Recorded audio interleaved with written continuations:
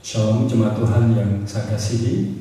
Kembali lagi kita bertemu pada kesempatan yang indah hari ini, hari yang spesial, hari yang begitu penting bagi iman percaya kita. Kita tahu hari ini adalah hari yang bersejarah bagi iman Kristen, saudaraku. Tuhan Yesus yang telah menebus dosa kita, yang telah mati di kayu salib dan kemudian telah bangkit, saudaraku, yang hari ini kita sama-sama rayakan, merupakan peristiwa yang penting dan bermakna bagi iman percaya kita.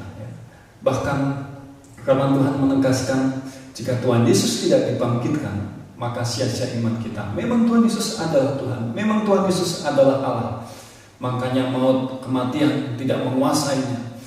Mati 3 hari kemudian bangkit lagi untuk menebus dosa-dosa kita. Nah, saudara kasih dalam nama Tuhan Yesus, memang tidak seperti biasanya kita merayakan Paskah akibat wabah virus corona, saudaraku. Kemudian Tuhan mengizinkan kita untuk beribadah seperti ini. Tetapi saya berdoa setiap kita boleh tetap bersyukur, kita tetap bersukacita, kita tetap berpengharapan.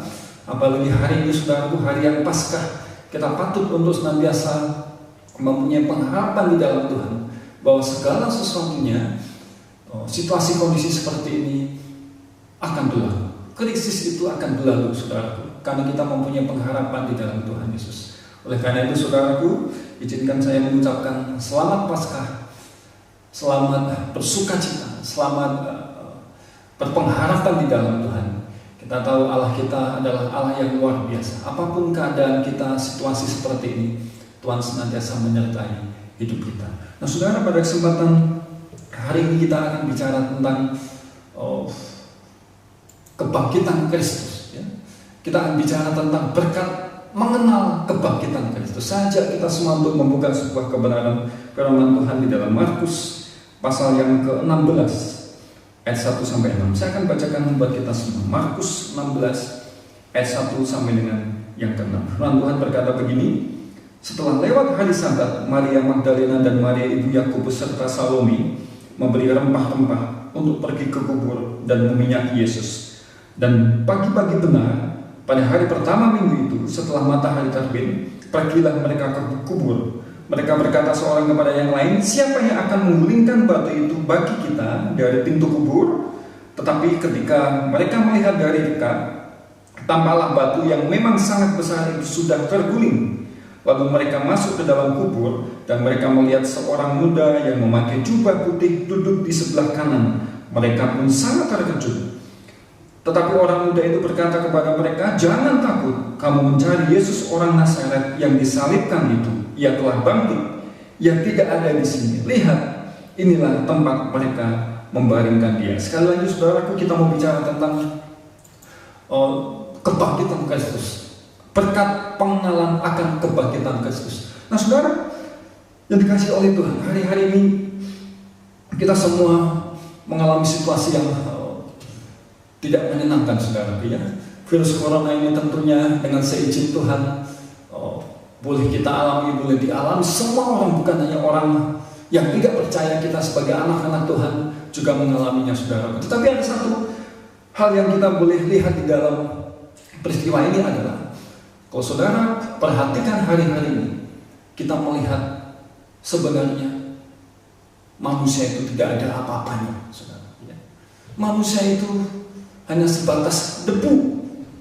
Dengan wabah corona ini, saudara, kita tahu siapa kita. Kita tahu siapa manusia itu, saudara. Oleh sebab itu, saudaraku, jika kita perhatikan melalui kejadian ini, saudara, semuanya dibukakan betapa lemahnya kita.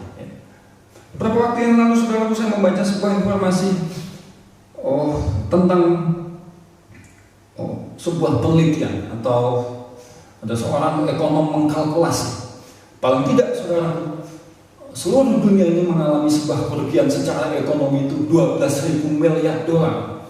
Bukan 12 juta, saudara. 12.000 miliar dolar. Ini sesuatu yang besar, saudara. 33% diantaranya dialami oleh Amerika Serikat. Negara yang dianggap sebagai negara adidaya, negara yang sangat kaya. Hari-hari ini kita melihat mereka tidak berdaya.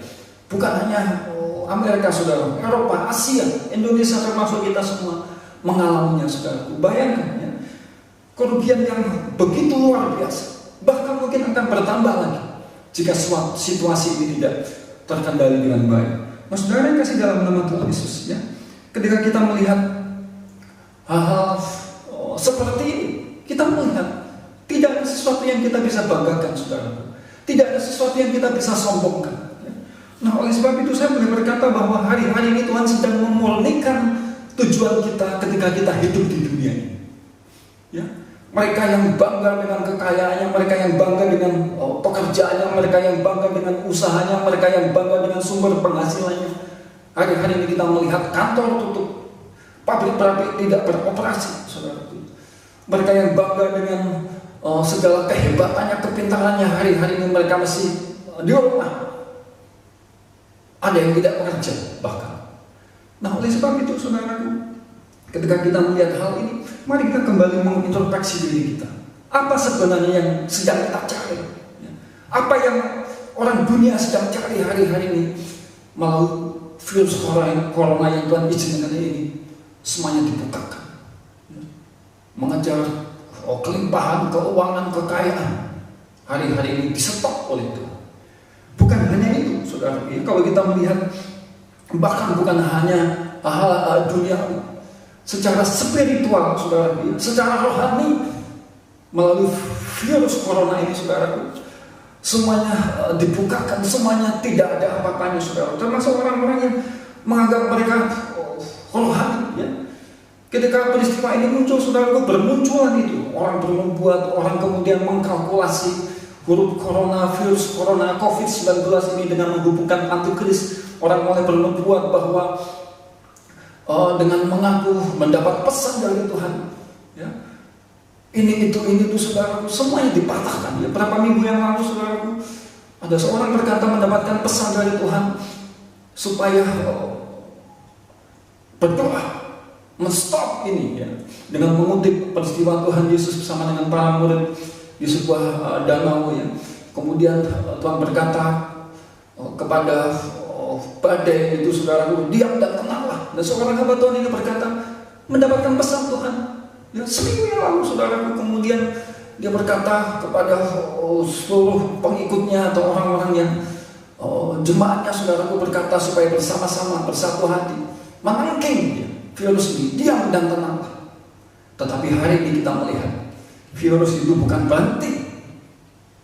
Seperti halnya ketika Tuhan Yesus berkata kepada badai waktu itu bersama dengan para murid. Ketika Tuhan Yesus berkata, diam dan tenanglah, badai ombak itu kemudian tenang, saudaraku. Tetapi hamba Tuhan ini mungkin dengan kesombongannya, saudaraku, ya, merasa orang hebat, merasa banyak pengikut, dengan gampangnya memakai kata Tuhan. Dan hari ini, saudara, semuanya kesombongan rohani itu dipatahkan. Ya. Tuhan mengizinkan hal itu, saudaraku, supaya kita kembali kepada Tuhan, tujuan yang murni di hadapan Tuhan sebagai orang-orang percaya, sebagai jemaat, sebagai hamba Tuhan sekalipun. Ya, mari kita mulai meluruskan tujuan kita dalam kita mengikuti Tuhan. Nah, saudara kasih dalam nama Tuhan Yesus, ya. Oleh karena itu, saudaraku, ketika kita melihat bagaimana manusia mengejar kekayaan, manusia mengejar popularitas, bahkan hamba Tuhan mengejar tentang pengakuan, mengejar kehormatan itu, saudaraku, hari-hari ini mereka diajar untuk merendahkan diri di hadapan Tuhan. Oleh sebab itu, saudaraku, melalui kisah yang tadi kita baca, saya mengajak kita untuk belajar dari beberapa perempuan, saudaraku, yang begitu luar biasa. Ya. Oleh karena itu, saudaraku, kalau kita melihat bacaan kita hari ini, saudara, kita patut teladani apa yang perempuan-perempuan ini lakukan. Ya. Nah, saudara, berkat mengenal kebangkitan Kristus, ya, seperti yang dilakukan oleh para perempuan ini, saudara, kalau kita lihat di dalam ayat 1 dan ayat yang ketiga, saudara, di sana ada kerinduan, ada semacam keinginan usaha, ya, dari para perempuan ini, saudara, untuk datang ke kubur Yesus pada waktu itu, saudara, ya. Bahkan mereka tidak sembarangan datang, mereka mempersiapkan segala sesuatunya. Kalau saudara perhatikan ayat yang ke-1, saudara, dikatakan di sana, Maria Magdalena, Maria ibu Yakobus serta Salome ya, membeli rempah-rempah untuk pergi ke kubur dan meminyaki Yesus. Saudara, ya. Ini ada kerinduan mereka untuk senantiasa dekat kepada Tuhan. Ada kerinduan mereka untuk senantiasa merasakan sebuah hubungan yang tidak ingin terpisah. Ya. Nah, oleh sebab itu, saudaraku, ini patut kita pelajari, saudara, ya. Keinginan kita dekat dengan Tuhan sejauh mana. Ya. Sekalipun pada waktu itu, saudaraku, Tuhan Yesus telah mati, tetapi para perempuan ini tetap mempunyai kerinduan untuk dekat kepada Tuhan. Tetapi saudaraku, apa yang terjadi di sana? Ya? Dengan kerinduan itu ternyata ada penghalangnya. Penghalang yang pertama kita lihat adalah di dalam Markus pasal 16 ayat yang ketiga, saudara. Ya. Mereka berkata begini. Mereka berkata seorang kepada yang lain, siapa yang akan menggulingkan batu itu bagi kita dari pintu kubur, saudara? Ya. Siapa yang akan menggulingkan batu itu bagi kita dari pintu kubur?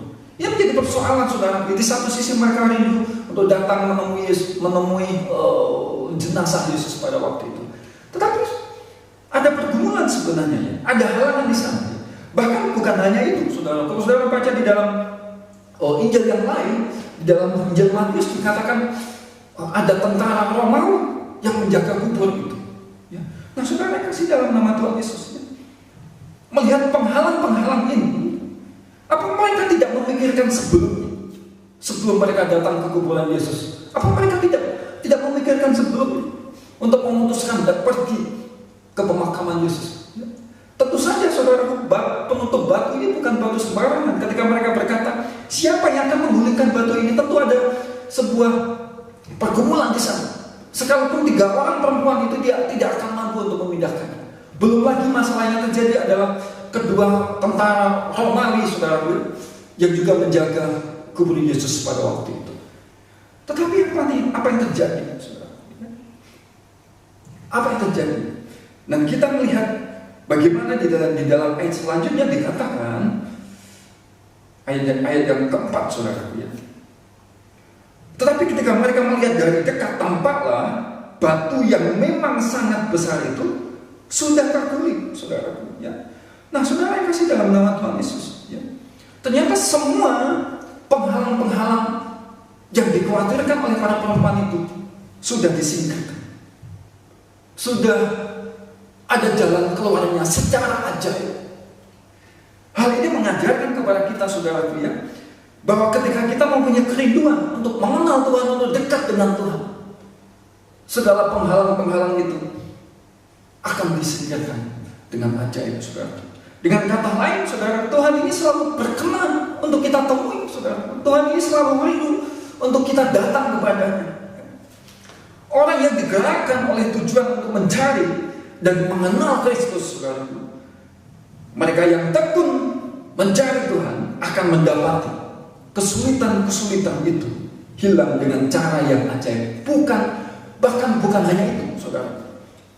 Kalau kita melihat para perempuan ini, mereka mendapatkan bahwa apa yang diharapkan itu lebih, saudara, ya. Mereka bukan hanya melihat Yesus kubur itu terbuka. Mereka bukan hanya melihat atau mendengar Yesus itu mati, saudara, tetapi Yesus yang mati sudah bangkit, ya. Oleh karena itu, saudaraku yang kasih dalam nama Tuhan Yesus, bagaimana kerinduan kita selama kita hidup di dunia ini?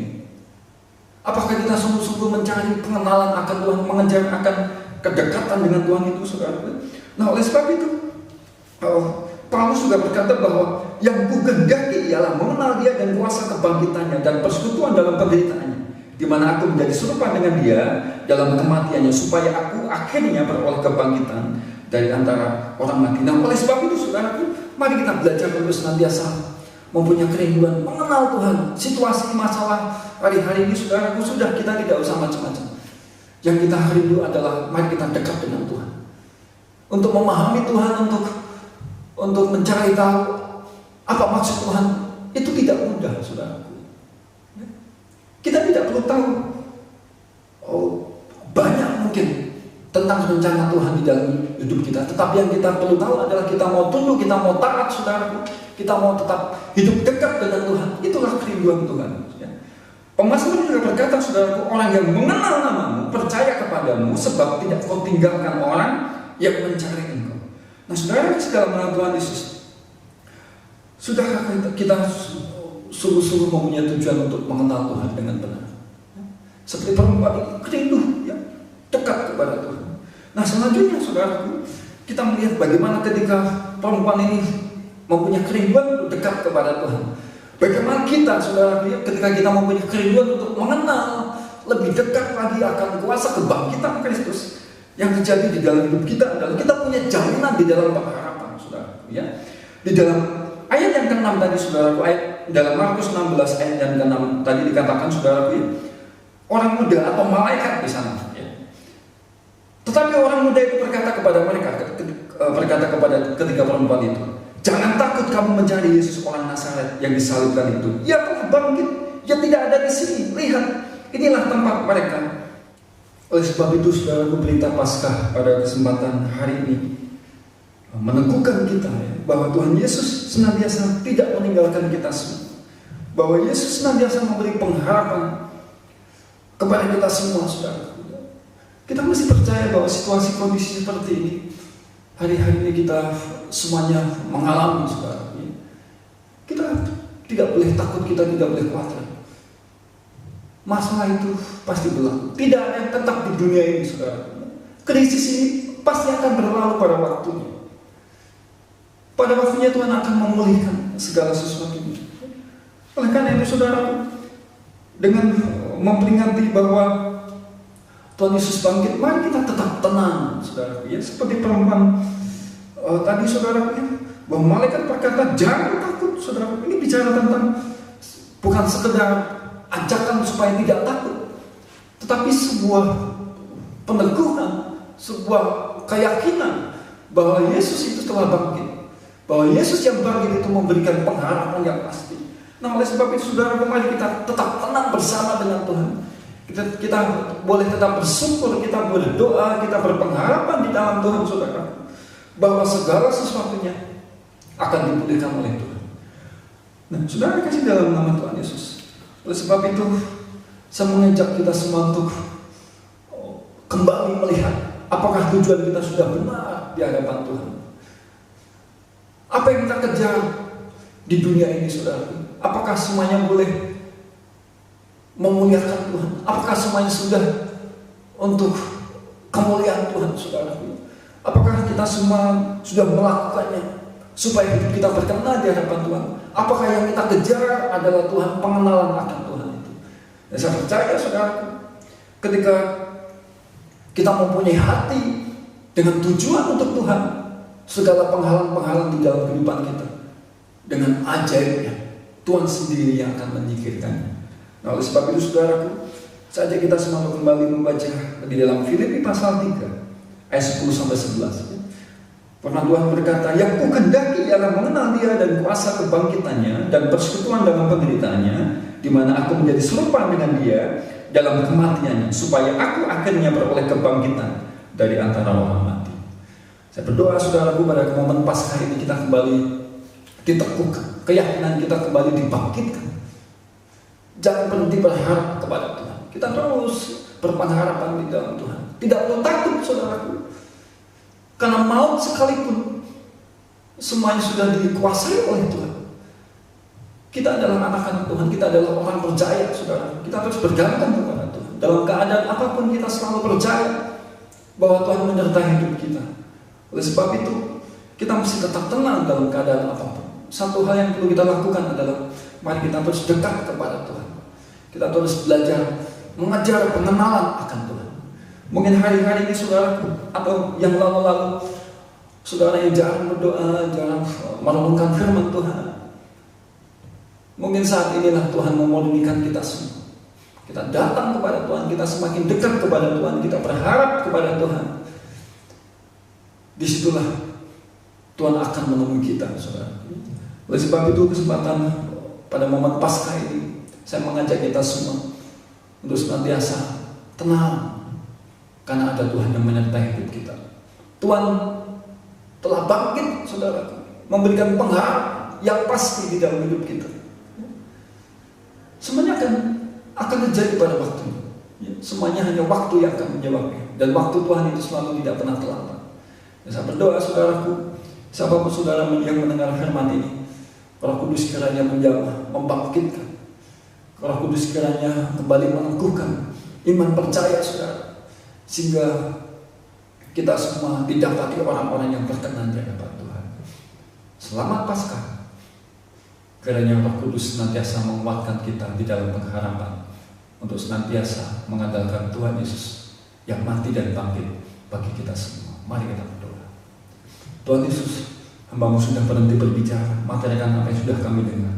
Pada kesempatan hari ini Tuhan, mari Roh Kudus menjamah setiap kami. Mungkin hari-hari ini kami ketakutan, kami khawatir oleh situasi kondisi wabah yang sedang terjadi hari-hari ini, sedang mempengaruhi segala sesuatunya Tuhan. Oh, segala sesuatu di dalam luar kami boleh berubah Tuhan. Tetapi Roh Kudus jagai hati kami, iman kami, agar tetap berharap kepada Tuhan, mengandalkan Tuhan, tetap teguh di dalam Tuhan. Oleh karena itu Roh Kudus, tolong kami, topang kami Tuhan, untuk kami senantiasa tetap berharap kepada Tuhan. Terima kasih Tuhan, materikan apa yang kami dengar. Roh Kudus kiranya mengingatkan kami dalam perjalanan kami mengikuti Tuhan. Di dalam nama Yesus kami berdoa dan syukur, haleluya.